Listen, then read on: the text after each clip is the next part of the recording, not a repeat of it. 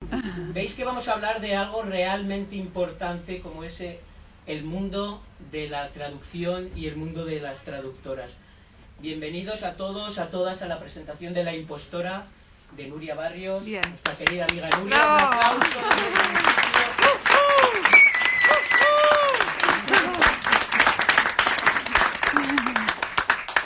Que además de amiga es nuestra premiada amiga Nuria. Podemos volver a aplaudir.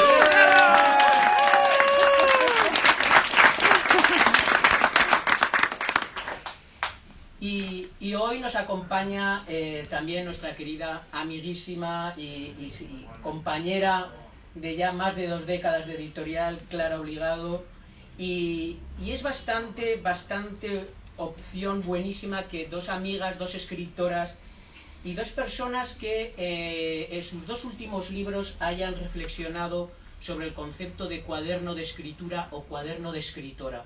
Me parece que a partir de aquí encontramos una semilla, un concepto fundamental de esta conversación que hoy vamos a tener, porque a mí como editor, como lector, hay un género que me interesa muchísimo.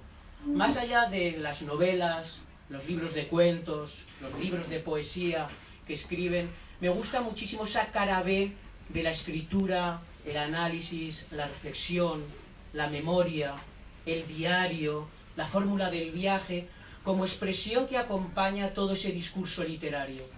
Parece que es imposible de dividir una cara y otra. Allí donde está la escritura de esas novelas, de esos libros de cuentos, de esos libros de poesía, están todos estos cuadernos de escritura y de escritora. Y eso es a lo que nos invita Nuria, nuestra amiga, nuestra premiada amiga, en La Impostora. Que le demos la mano, que ella nos da la mano y que le acompañemos en toda una reflexión, en todo un análisis sobre ese concepto de la impostura. La impostura que se hace cuando hay un ejercicio de traducción o cuando se trabaja como traductora, pero también de la impostura cuando se siente, cuando se reflexiona, se analiza sobre el ejercicio día a día, sobre la creación día a día, sobre todo el trabajo de las escritoras y traductoras, uso de plural femenino genérico importante y del que se va a hablar en este libro. Más allá de todo ese trabajo sobre la traducción, sobre la labor de la impostora, me parece que desde el título Nuria nos ofrece el debate, sustantivo que también he aprendido de Clara, el debate y la conversación sobre una realidad que está aquí y ahora, que es la visibilidad y el trabajo de las escritoras. Va a ser apasionante escucharlas, las conozco hace muchísimos años, he ido aprendiendo mucho con su escritura de ficción y ahora se está abriendo todo este mundo de reflexión y análisis tan cercano a escritoras que las tengo apuntadas aquí, no las quiero nombrar porque si no creo que os voy a ir pisando algunos de los nombres que vais a decir, pero sin duda ambos libros de ellas están muy ligados y la verdad es que tenéis por delante un recorrido maravilloso con la impostora de Nuria. Nuria, muchísimas gracias de verdad por estar una vez más en Páginas de Espuma. Sabes que te queremos muchísimo y que este libro es un libro importante, mucho más allá de sus páginas. Los libros viven en la periferia y qué bien veros a todos, a todas en la librería Alberti, con Lola, con Iñaki, con todo su equipo, que es de verdad una alegría volver a ver las librerías así de llenas, con las ganas que tenemos todos de compartir palabras y páginas. Clara, te dejo este micrófono magnífico y adelante con vuestra conversación.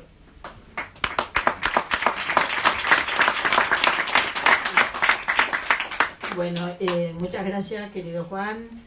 Es para mí, como se dice, un gusto y un honor presentar el libro de Nuria Barrios, pero bueno, la verdad que me pregunté por qué me había elegido a mí, porque yo no pertenezco al mundo de la traducción, o creía que no pertenecía hasta que reflexioné en qué significa la traducción en el mundo de cada uno, ¿no? Lo primero que me vino a la cabeza fue esta idea de traductor traidor y traductora impostora, según lo comenta Nuria, ¿no? Estoy buscando en las experiencias personales mi primera experiencia es que sí, yo traduje toda mi vida. A los 10 años empecé a leer latín y griego hasta los 24, cuando terminé la facultad. O sea que tenía 11 años de traducir esta cosa dificilísima que es del latín y del griego.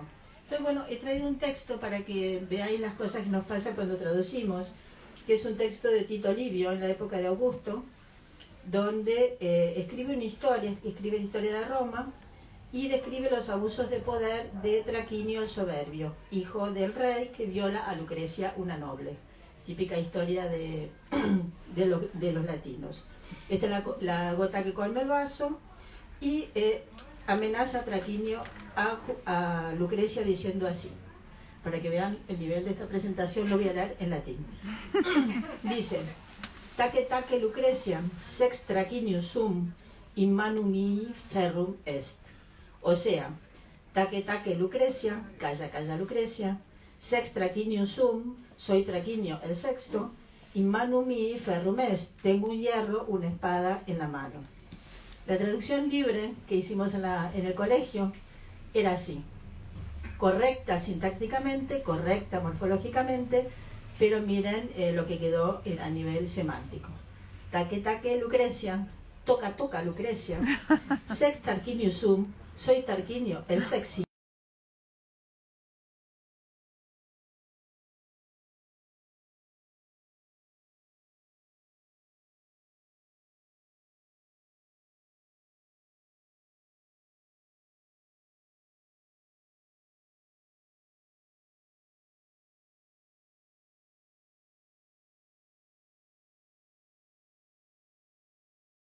De 1873, para mí era un disparate. O sea, solamente la Ilíada y la Odisea traducidas por este señor nacido en 1873 y en la colección austral, a mí me parecía que eran los textos de Homero, ¿no? O sea, una vez que me cambian la traducción, el texto deja de ser mi texto familiar y deja de interesarme.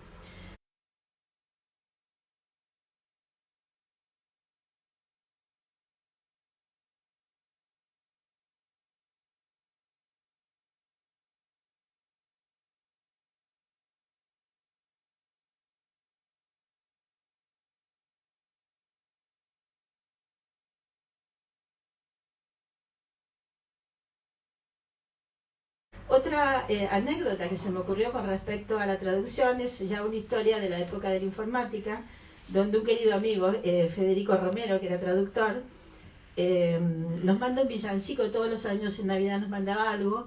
Entonces toma un villancico en el estilo de Ande, ande, ande la Marimorena, un poco en este léxico, lo pasó por la máquina al alemán.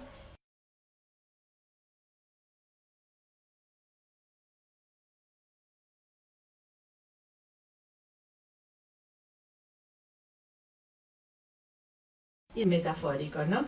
Y abajo la felicitación decía: y dicen que por esto nos van a reemplazar, ¿no? Y también recuerdo otra anécdota ligada con la traducción. Es un libro de Henry James, que es un prosista excelente, complejo y excelente, traducido por distintos autores, cosa que no te dabas cuenta cuando estabas leyéndolo, pero te da la impresión de que Henry James se había convertido en un psicótico grave, ¿no? O sea que cuando uno lee un texto que es de un mismo autor, pero traducido por varios traductores distintos, el efecto era una especie de locura, locura transitoria. También pensé que yo escribí un librito que se llama Una casa lejos de casa, que habla de la traducción de un castellano al otro. Y digo librito y ensayito, y me voy a basar en estos diminutivos que yo sé que ponen de los nervios tanto a Juan como a Nuria, pero me parece que este precioso librito que estamos leyendo de mi amiga Nuria, con un ensayito interesantísimo, merece este diminutivo honorífico.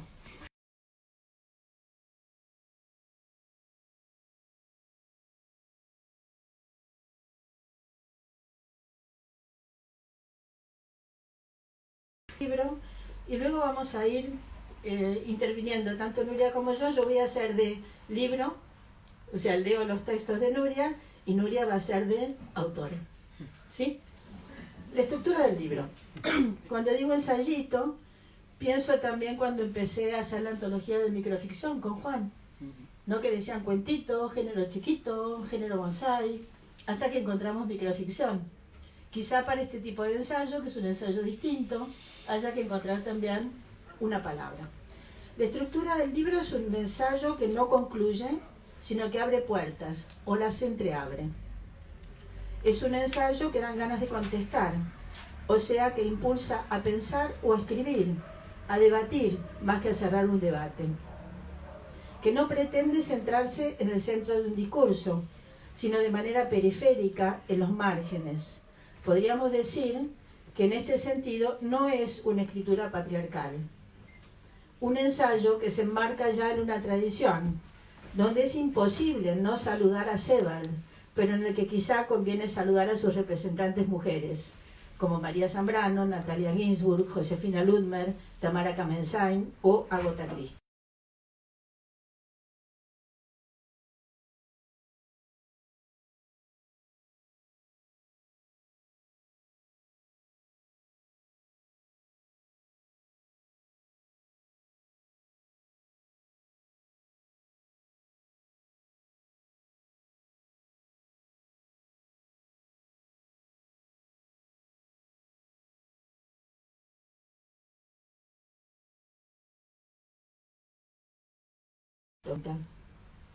La norma es masculina y la excepción es femenina.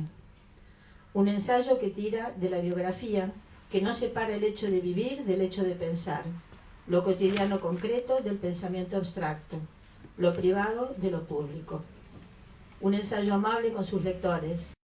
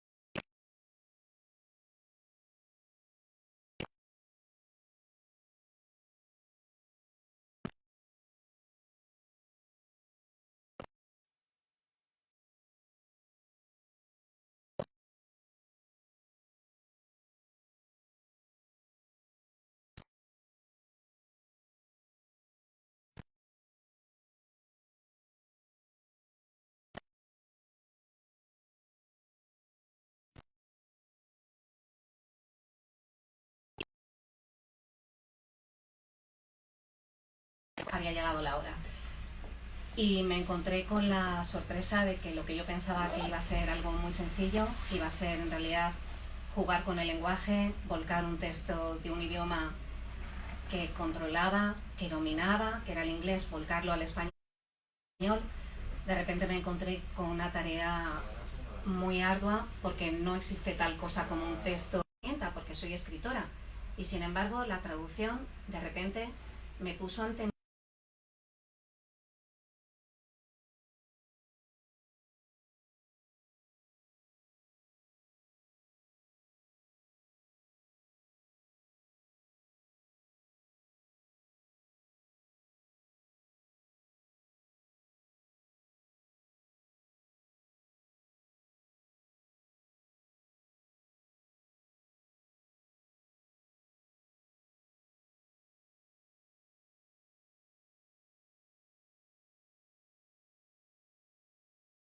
su expresión, buscara cómo encajarlas, y de repente todo ese trabajo al final se convirtió en un cuestionamiento personal. ¿Quién soy yo?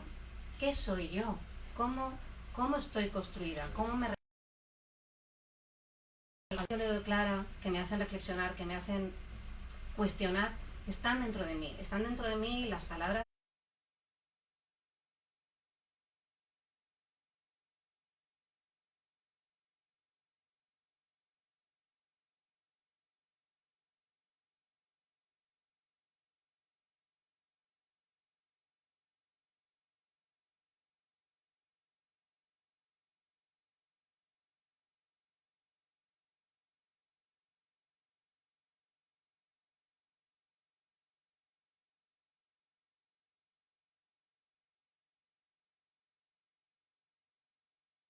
de Bambi, las palabras de la Biblia, las palabras de Sócrates, las palabras de Marx, pero de repente descubrí que todas esas palabras tenían un significado, tenían el significado primario, que era tal como yo las había leído, cómo me habían llegado, y de repente el nuevo significado que yo les iba a dar como si fuera una primera lectura, porque de repente me enfrenté a los libros de una forma completamente nueva, completamente casi virginal.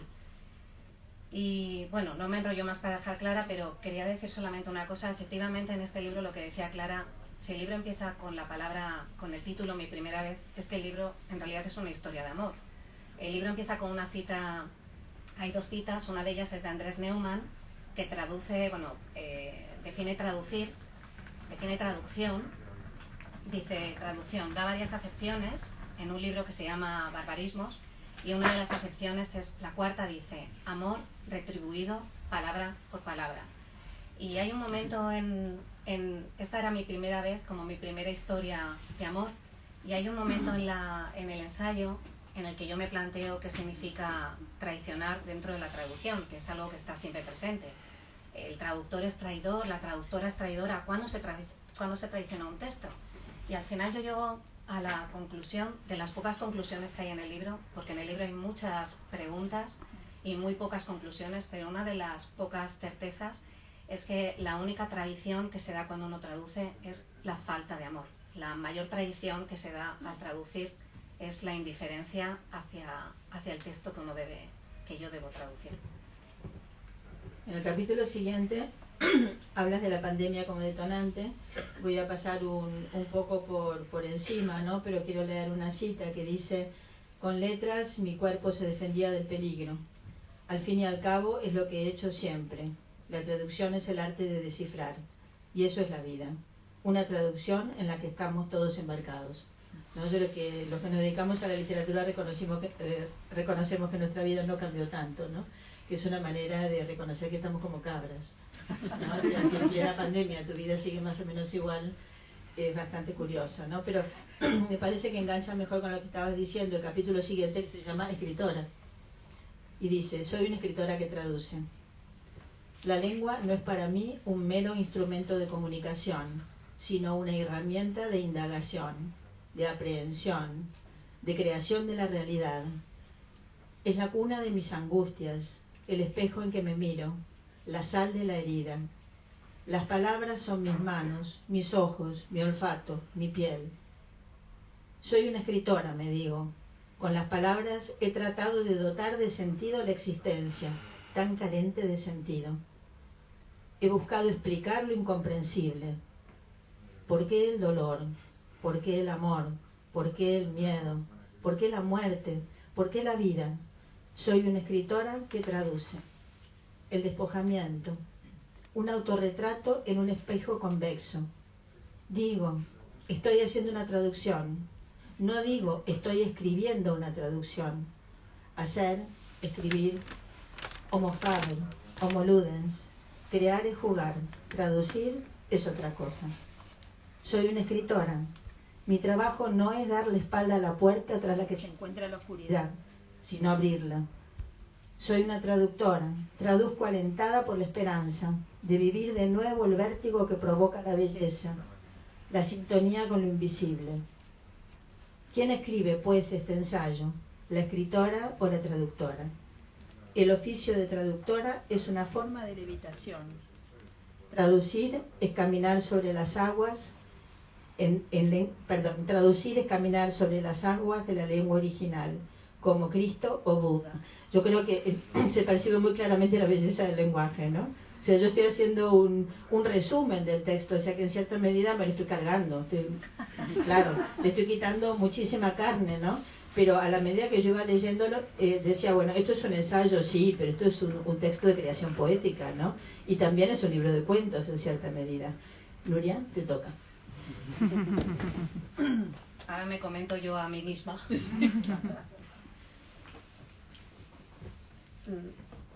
A mí lo que más me fascina, lo que me empujó, ya que ha empezado Clara con la pandemia, la idea de hacer este ensayo surge en primer lugar en el confinamiento, porque es verdad que en el confinamiento,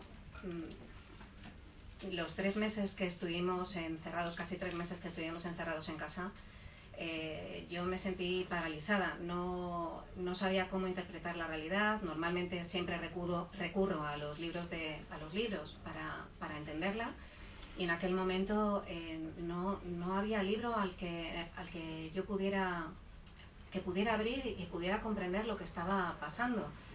Y de repente me di cuenta, como leía, como todos nosotros, ¿no? Leía la prensa ávidamente, todo lo que salía en las noticias, todas las noticias científicas sobre cómo se estaba intentando descifrar el virus, y de repente caí en uno de estos reportajes científicos en el que explicaban que un virus es un texto recubierto de proteína que busca con instrucciones para replicarse, para hacer copias de sí mismo.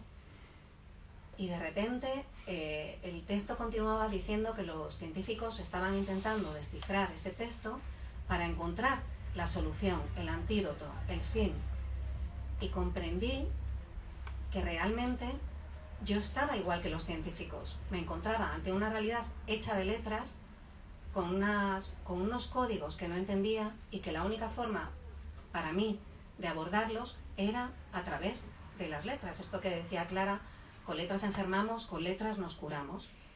Y fue cuando acudí al ensayo, y acudí los primeros ensayos que leí, porque antes había leído los libros de ficción que leímos probablemente la mayoría. Leí La Peste, leí el Decamerón, pero de repente me di cuenta que era en el ensayo donde iba a encontrar una pista.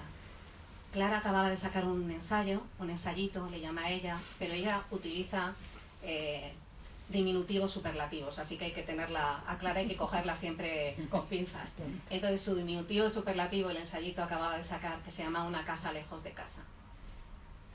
Leí el ensayo de Clara, en el que ella hablaba de el sentimiento de extrañamiento que tuvo cuando viene de Argentina a España, y de repente encuentra este sentimiento de extrañeza respecto al mismo idioma, el español. Cuando de repente se ve, nunca, dice ella más o menos, nunca pensé que sería extraña a mi propio idioma. Es algo así, ¿verdad? O que mi idioma me sería extraño. No sería sé, extranjera en mi propio idioma. Que sería extranjera en mi propio idioma.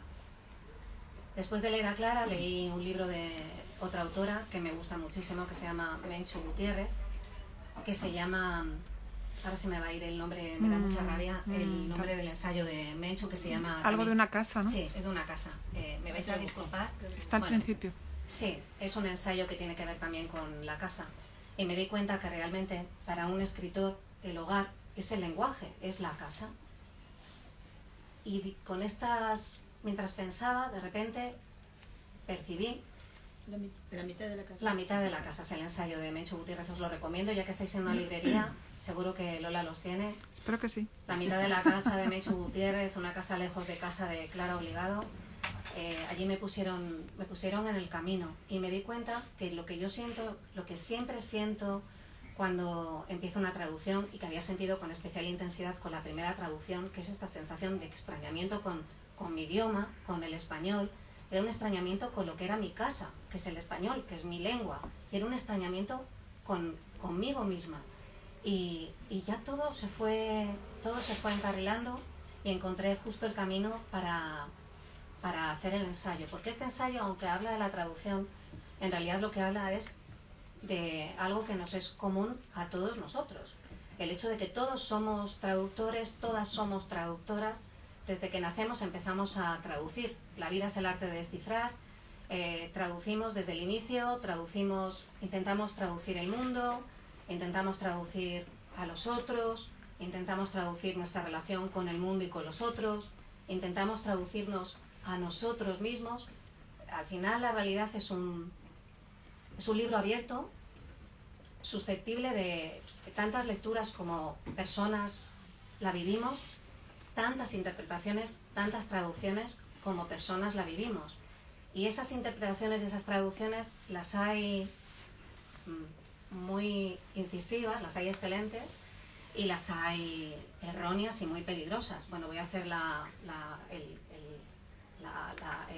el punto de llamada sobre la actualidad. Putin, por ejemplo, es un pésimo traductor de la realidad. Pero la traducción nos compete a todos. No es un oficio que ejecuta un gremio de personas. No, la traducción habla de la vida, habla de nuestra relación con el lenguaje. Y en el lenguaje habitamos todos. Por eso yo creo que el libro a mí me resultó un camino tan fascinante, porque no estaba hablando de algo técnico, estaba hablando de algo existencial, de algo vital. La estirpe de Babel. A su sombra surgieron los traductores. Quienes traducimos formamos parte de la estirpe de Babel, junto a los exilados, los desterrados, los refugiados. Afortunadamente, Babel es polisémica, castigo y bendición. Aleluya. George Steiner, cómo no citar a Steiner, dice: lejos de ser un castigo, Babel es una bendición misteriosa e inmensa. Aprender nuevas lenguas es entrar en otros mundos nuevos. También la Biblia ofrece su versión del origen de las traductoras. Ven que el libro está escrito en femenino siempre. Si la multiplicidad de lenguas vinculada a la Torre de Babel está asociada con el castigo, el surgimiento de la traducción como oficio reviste la forma de un milagro. Está la Torre de Babel y está también el don de lenguas. El temor destruye la diversidad. Esto encaja muy bien con lo que decías de Putin, ¿no? El temor destruye la diversidad. La ambición de cualquier régimen totalitario es implantar una sociedad donde solo prime una lengua, la suya. Esa voz única requiere la destrucción de las demás. Los traductores asesinados son una prueba, no siempre recordada, de que el riesgo forma parte del oficio. Me pareció muy interesante politizar la traducción también. Antes, cuando venía para acá, acababa de leer en las noticias de que Putin había reclutado a 16.000, creo que eran 16.000, la cifra no estoy segura, pero creo que eran 16.000 sirios y también a chechenos para luchar en Ucrania. Y realmente esto es un ejemplo más de lo que significa la traducción. Cuando los soldados rusos pelean contra ucranianos, están peleando, tienen una sensación de hermandad, porque hablan la misma lengua o una lengua muy parecida. la destrucción se hace mucho más difícil. No cuestionarse lo que uno está haciendo cuando el que tienes enfrente habla tu lengua, cuando la lengua está teñida de las mismas connotaciones emocionales, es muy complicado. Pero si tú reclutas mercenarios de otra parte del mundo, en este caso sirios y chechenos, que no hablan ucraniano, es mucho más fácil convertir al otro en enemigo, porque aquel a quien no entiendes es el enemigo por antonomasia, es el otro, es lo desconocido, es la posibilidad de la violencia. Así que, yo no puedo evitar leer todo a partir de ese concepto de lo que significa el lenguaje y lo que significa traducir. Antes hablaba Clara de la Biblia. Es verdad que la Biblia, quiero decir antes de la Biblia, ya que estamos con la Biblia, Clara lo ha mencionado un par de veces y quiero aclararlo. El libro está escrito efectivamente en genérico femenino, es decir, yo no utilizo el genérico masculino, que es lo general, sino que decidí en un momento dado del ensayo utilizar el genérico femenino, y voy a explicar por qué. Bueno, en primer lugar, porque es un ensayo que parte de una experiencia personal y yo soy mujer. En segundo lugar, porque hablo a partir de un oficio que es desempeñado fundamentalmente por mujeres y tengo las cifras. Prácticamente creo que es el 64%, como hay varios traductores hoy en la Alberti, ellos me corregirán si me equivoco porque estoy hablando de memoria, pero creo que más o menos las cifras que hay ahora mismo es que el 64% de las personas que traducen son mujeres y el 36% son hombres, de los que están colegiados. El 90% de las personas que estudian en las facultades de traducción son mujeres y, sin embargo, los dos premios que están dedicados a la traducción, que es el Premio Nacional de Traducción y el Premio Nacional a la Obra de un Traductor, recaen fundamentalmente en hombres. Solamente un 4% de todos los premiados son mujeres. Evidentemente, el genérico masculino a menudo se convierte en un instrumento de borrado. Y yo lo que quería en este ensayo era reivindicar la presencia real e importantísima de las mujeres traductoras. Y la forma de hacerlo, puesto que somos mayoría, era utilizar el genérico femenino. En el ensayo mismo indico que cuando hable de campos en los que la mayoría son hombres, voy a utilizar el genérico masculino. Cuando hablo de la traducción en el pasado, utilizo el genérico masculino. Pero cuando hablo de la traducción en el presente, utilizo el genérico femenino. ¿Por qué?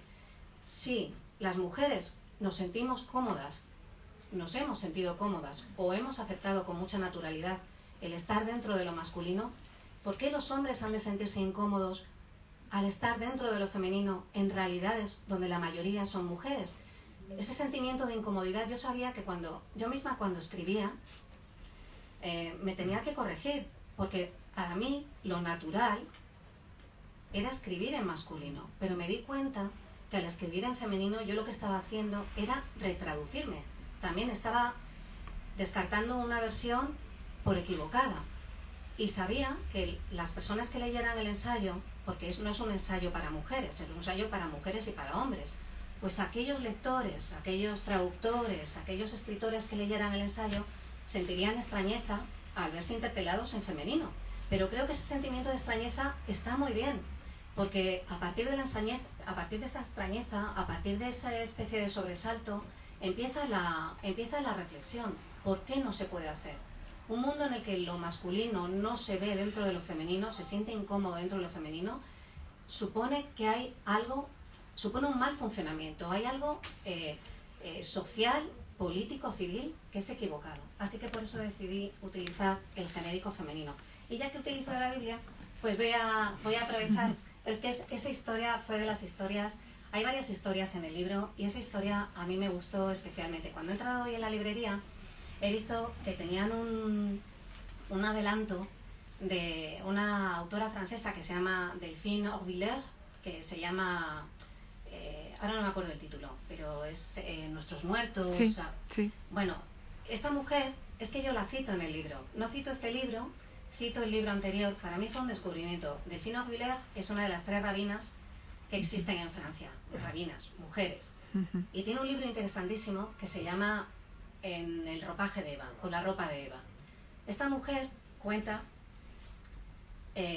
lo que hace es proponer una lectura, bueno, toda la tradición judía es fundamentalmente de interpretación. Ellos defienden la interpretación permanente de los textos. Entonces, al hablar de la historia, del Génesis, al hablar de la creación de Adán y Eva, ella menciona la historia tradicional. Bueno, hay 2 historias, pero yo me voy a referir a la historia más difundida, que Dios creó a Eva a partir de la costilla de Adán. Y a partir de una observación muy pequeña, esta escritora da la vuelta a todo, porque ella señala que el término que se ha definido, que se ha traducido como costilla, es el término hebreo, un término hebreo que es tzelá, T-Z-E-L-A, que en realidad se traduce como costado, como lateral, como al lado. ¿Qué significa esto? Que habría que traducir el texto como Dios creó a Eva al lado de Adán. ¿Qué significa? ¿Qué consecuencias tiene el cambiar esta traducción? Si Eva no fue creada a partir del hombre, sino al lado del hombre, Eva deja de ser un ser dependiente del varón, un ser relativo, para ser un sujeto igual que Adán. Teniendo en cuenta que la Biblia es el libro más vendido de la historia, que es el bestseller, es el mayor bestseller, pero no solo de Occidente, es el mayor bestseller de la historia, evidentemente una traducción errónea que se ha mantenido a lo largo de siglos ha tenido unas consecuencias clarísimas, políticas, sociales y civiles en el mantenimiento de un orden patriarcal, en la primacía del hombre sobre la mujer. Que una traducción esté equivocada es normal. Las traducciones, todas las traducciones tienen errores. Lo que no es normal es que un error de traducción se perpetúe durante siglos, a no ser que haya una intención clarísima de perpetuación de un orden patriarcal. Y con detalles de ese tipo se podrían revisar tantas cosas. Antes decía, una de las frases que ha leído Clara era: si los libros hubieran sido leídos y traducidos, comentados y editados por mujeres, la historia hubiera sido distinta. Y es verdad, porque la historia se ha construido con libros escritos, en su mayoría, traducidos, editados por hombres y para hombres. La lectura de las mujeres, la traducción de las mujeres, hubiera supuesto una mirada distinta, mucho más enriquecedora, más amplia. La realidad no se reduce, la realidad hay que ampliarla, sumarla.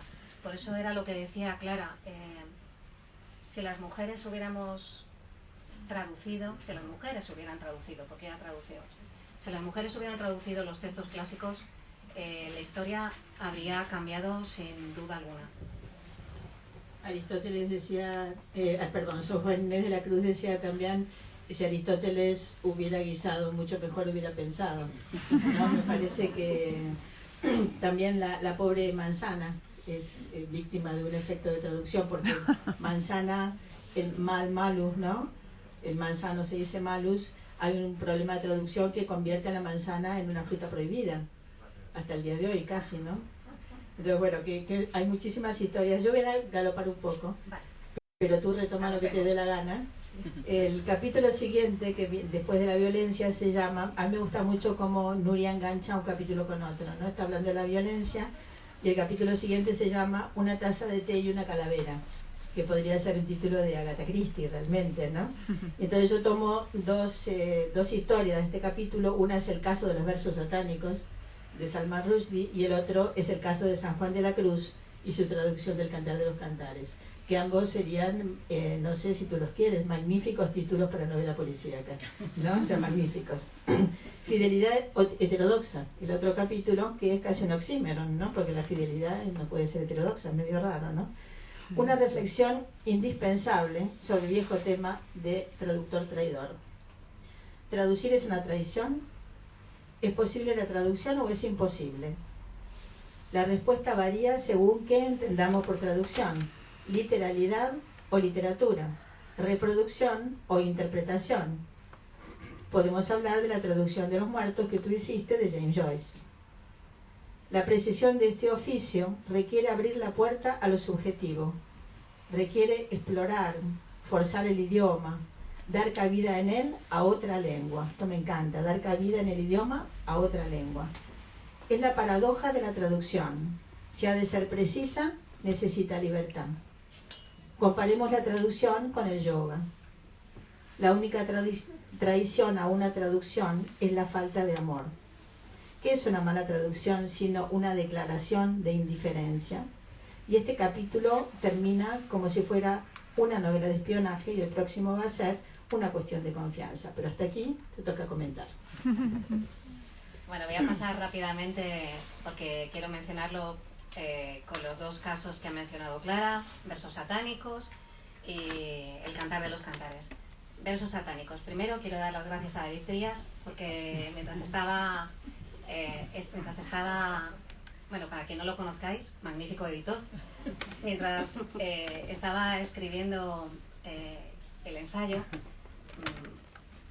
me vi con un problema de datos y acudí a David, editor de Plaza y Janés, para que me lo resolviera. Bueno, y me lo resolvió con una eficiencia, un amor enorme. Una investigación policíaca. Sí, sí. Bueno, voy a pasar, como sabéis, muy por encima, pero es muy interesante para que nos demos cuenta de la peligrosidad real de este oficio. ¿Me permite? Sí, claro. Sí, para que podamos avanzar, mira, voy a solapar el capítulo siguiente, que se llama Una cuestión de confianza, donde tú hablas del caso de la traducción de Robinson Crusoe por Cortázar, el caso de la broma por Milán Kundera y la traducción casi libre de Úrsula K. Le Guin y su versión del Tao Te Ching. Entonces, bueno, igual te viene bien para mezclar todo. Debería haber tomado rabos de pasa, porque esto... Bueno, empiezo por los versos satánicos y tú me vas diciendo si me olvido. Vale. Versos satánicos. ¿Recordáis lo que pasó? Salman Rushdie, autor anglo-indio, publica los versos satánicos y de repente Khomeini promulga una fetua, como queramos decirlo, en el que condena a muerte no solamente a Salman Rushdie, sino a todos los que ya se hayan visto implicados en la traducción, porque la fetua incluía a correctores, bueno, a correctores no, porque los correctores ya que tienen un trabajo impresionante, son una piedra básica de la edición de cualquier libro. Normalmente están todavía más en la sombra que las traductoras. Bueno, en este caso, en la fetua estaban incluidos editores, distribuidores y el autor, por supuesto. ¿Qué hace Rushdie?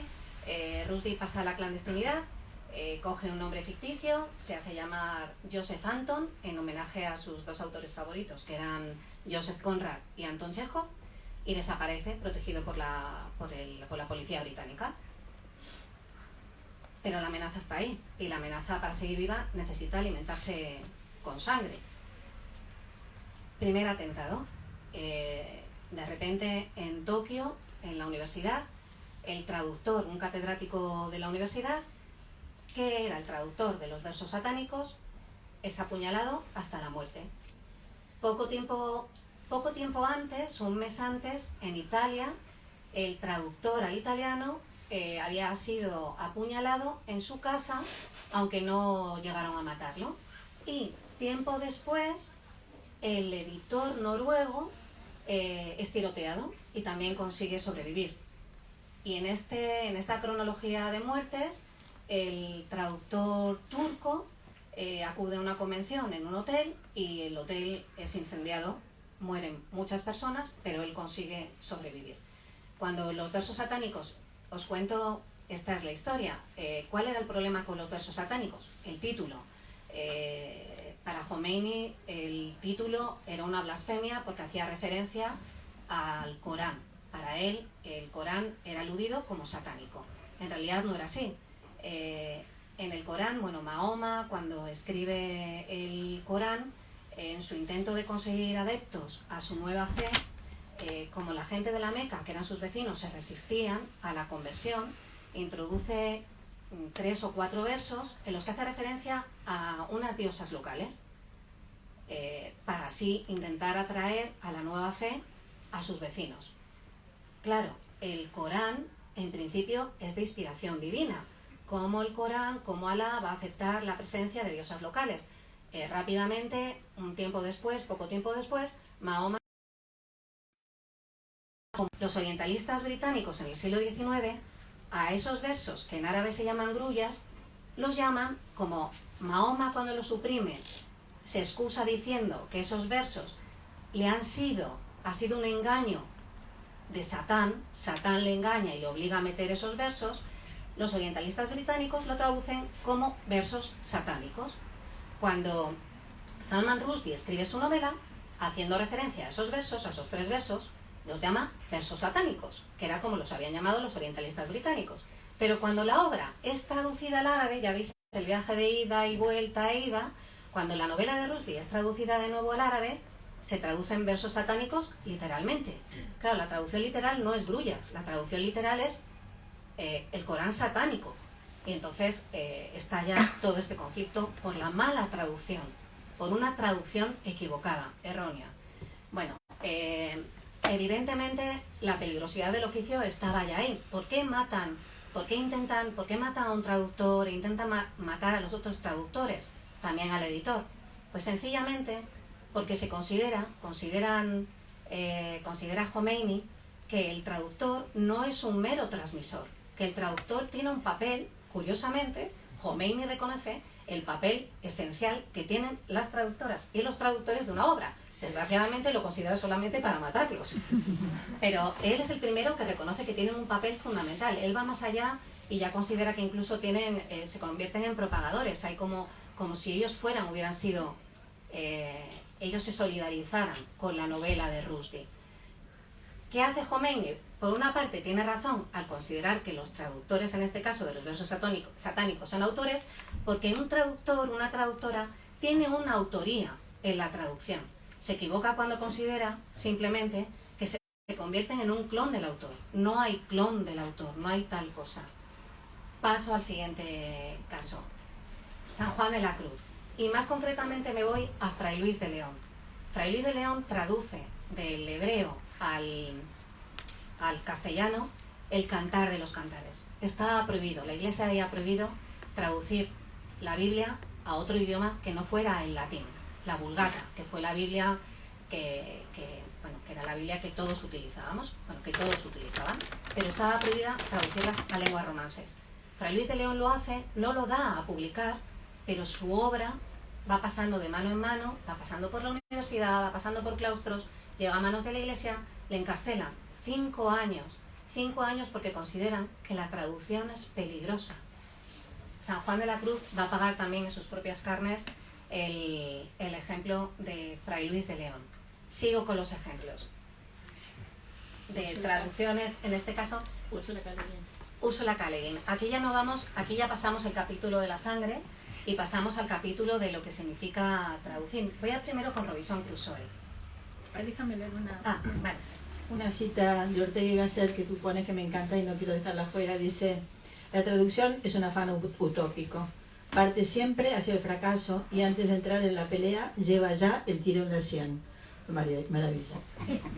Bueno, quería antes de pasar a Robinson Crusoe, a la traducción y luego a Úrsula K. Le Guin, quería hablar de los traductores afganos, por supuesto, que son los que tenemos más cercano. ¿Por qué cuando las tropas de Estados Unidos se retiran de Afganistán, las 2 veces que se han retirado de Afganistán, los traductores piden que se les conceda inmediatamente el estatuto de refugiado? Porque son los primeros amenazados, ellos y sus familias. ¿Por qué se considera que los traductores afganos son peligrosos? Porque ponen la lengua propia, abren la lengua propia al extranjero. Y al abrir la lengua propia al extranjero, lo que hacen es hay un reconocimiento de la alteridad. Y no solamente hay un reconocimiento del otro, sino hay un intento de aproximación, de acercamiento amistoso al otro. Eso es lo que el gobierno afgano, cualquier gobierno totalitario, intenta evitar, que la lengua sea un puente. Ellos intentan volar los puentes. está el caso, y ahí ya no voy a seguir, el caso también histórico más conocido sería el de la Malinche, considerada traidora por todos los mexicanos, efectivamente. Bueno, pues pasamos el capítulo de la sangre y vamos al capítulo de las traducciones, lo que significa la libertad en la traducción, que es un capítulo distinto. Libertad, antes decía Clara, ¿qué libertad tiene la traductora a la hora de enfrentarse a un texto? ¿Existe tal cosa como una traducción literal o la traducción es literaria? ¿Qué se entiende por traducción literaria? Bueno, la traducción literal es un disparate, no existe tal cosa como el traducir palabra por palabra. Era una cosa, curiosamente, era un tipo de traducción que se ejercía sobre todo en los textos religiosos. Entre los judíos existía y existe el convencimiento de que los textos sagrados han sido dictados por Dios y no puede ser cambiada ni una sola coma sin que se produzca un cataclismo. Entonces, en todas las traducciones del hebreo, ahí se respeta escrupulosamente la sintaxis de los textos. Se traduce la corteza de las palabras, eso que los sefarditas llamaban facer ladino. El ladino justamente viene de las traducciones de los rabinos del hebreo al latín, facer ladino. Bueno, la libertad de los traductores es un capítulo muy amplio, no voy a entrar porque nos daría para mucho, pero ha habido libertades muy discutibles. Enrique Deriz, el escritor Enrique Deriz, que también era traductor, que era un magnífico traductor, se encontró, le encargaron primero hacer una reseña del Robinson Crusoe en una nueva edición que sacó Edasa. Y cuando se puso a cotejar para hacer la reseña la traducción que él tenía, que era la traducción del grandísimo Julio Cortázar, con el original en inglés, encontró que las primeras páginas, pero eran como las primeras 20 páginas, eran muchas páginas, habían desaparecido. Julio Cortázar las había suprimido. Él no sabía si había sido Julio Cortázar o había sido el editor, pero fue encontrando a lo largo de la novela supresiones libres de todo aquello que editor o traductor consideraron engorroso y aburrido. Entonces, bueno, Enrique Deriz emprendió la traducción completa de la obra. Este tipo de traducciones es muy propia de los libros que muchos de nosotros hemos leído traducidos en nuestra adolescencia y juventud. Libros que están cortados por decisión, a veces de la traductora o del traductor, a veces por decisión del editor, y que nosotros hemos leído pensando que era la obra íntegra. Un caso también muy llamativo es el del Segundo Sexo, de Simone de Beauvoir, que fue traducido primero al inglés por un profesor de zoología de una universidad femenina, y cuando tiempo después una profesora de Estados Unidos decidió hacer la reseña del libro cotejándola con el original en francés, descubrió que había capítulos enteros que habían desaparecido, y concretamente el capítulo que Simone de Beauvoir dedica a las mujeres más importantes de la historia. Ese capítulo estaba fuera. Entonces, bueno, la propia Simone de Beauvoir, a la que le llegó esta historia, escribió al editor pidiéndole por favor una nueva edición. Y el editor se resistió y al cabo de un tiempo sacó una nota diciendo que el libro como tal funcionaba, que era fiel al espíritu y la edición iba a seguir adelante tal como se encontraba. Y fue realmente hasta hace relativamente poco, ya en la década de los años 2000, ya entrado el siglo XXI, cuando se publica por primera vez en inglés la traducción completa del Segundo Sexo. Es decir, que sepáis cuando cuando lleguéis a casa o ahora en la librería, si compráis cualquier libro que no esté escrito en español, que no haya sido escrito originalmente en español, cuando lo abráis, mirad primero el nombre de la traductora o del traductor para saber a quién tenéis que responsabilizar de la excelencia o del desastre con el que vais a encontrar.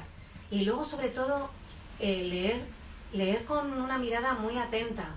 Tenéis que saber siempre que cuando un libro es traducido es un libro distinto, que es el mismo, pero no es el mismo.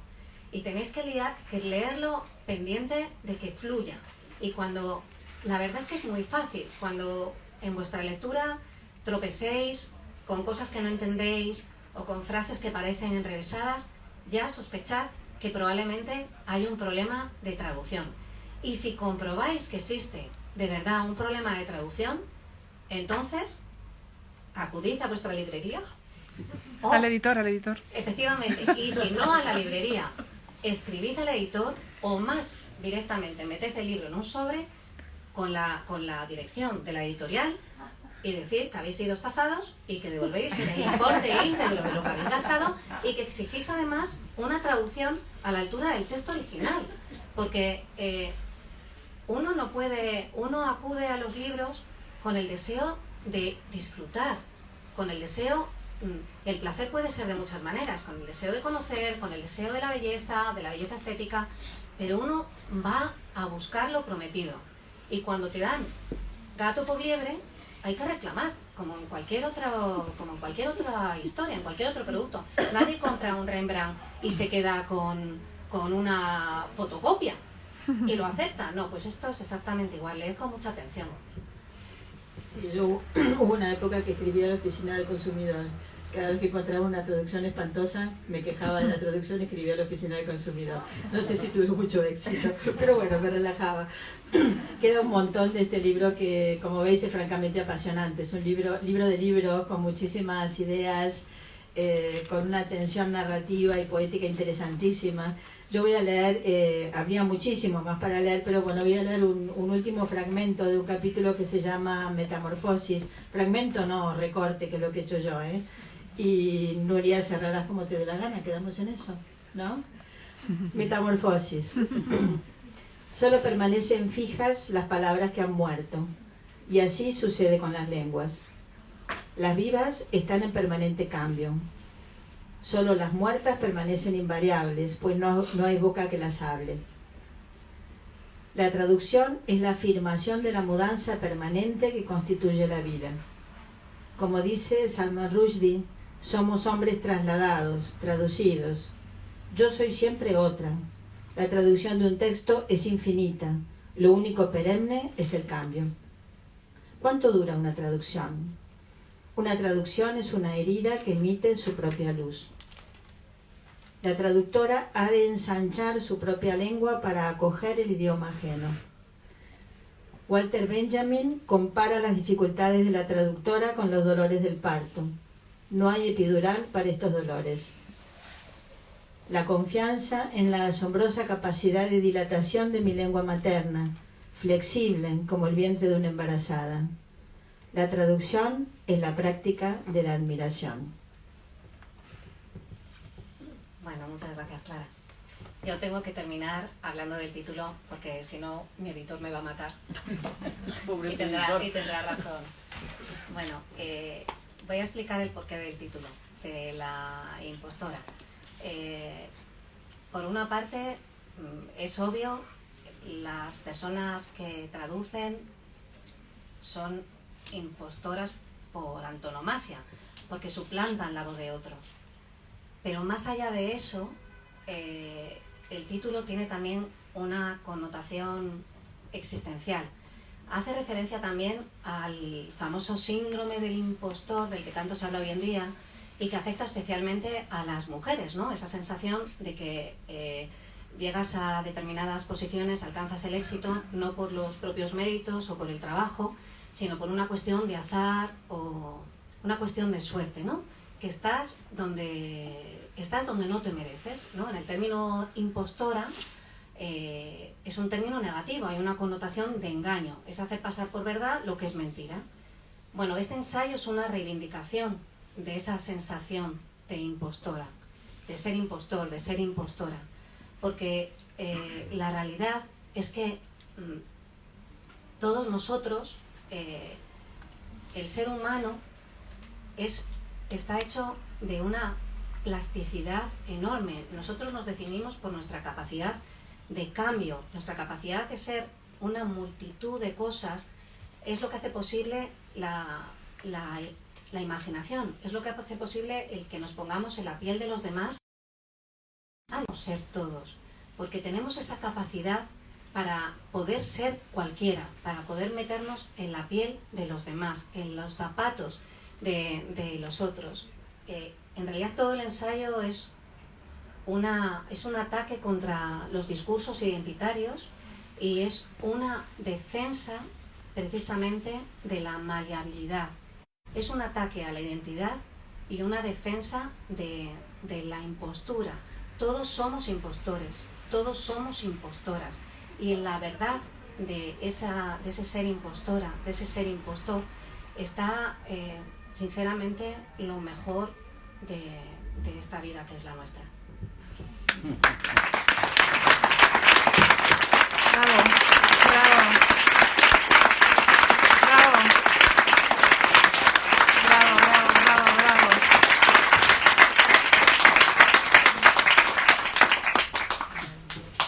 Bueno, ya para acabar, como habéis visto, Clara y Nuria y Clara han mantenido una conversación absolutamente maravillosa. De verdad que el libro encierra muchos libros y muchas conversaciones. Yo leí el manuscrito en octubre del año pasado. Es curioso porque algunos de los recortes que has hecho, Clara, coinciden plenamente con los recortes que yo tengo. He vuelto estas agendas prohibidas que llevamos los editores, que están todas llenas de notas. Acabaría diciendo que las traducciones juegan un papel esencial en la intensa conversación que mantenemos con los libros, algo a lo que hemos asistido hoy, que leer una traducción pone en marcha un complejo sistema de confianza,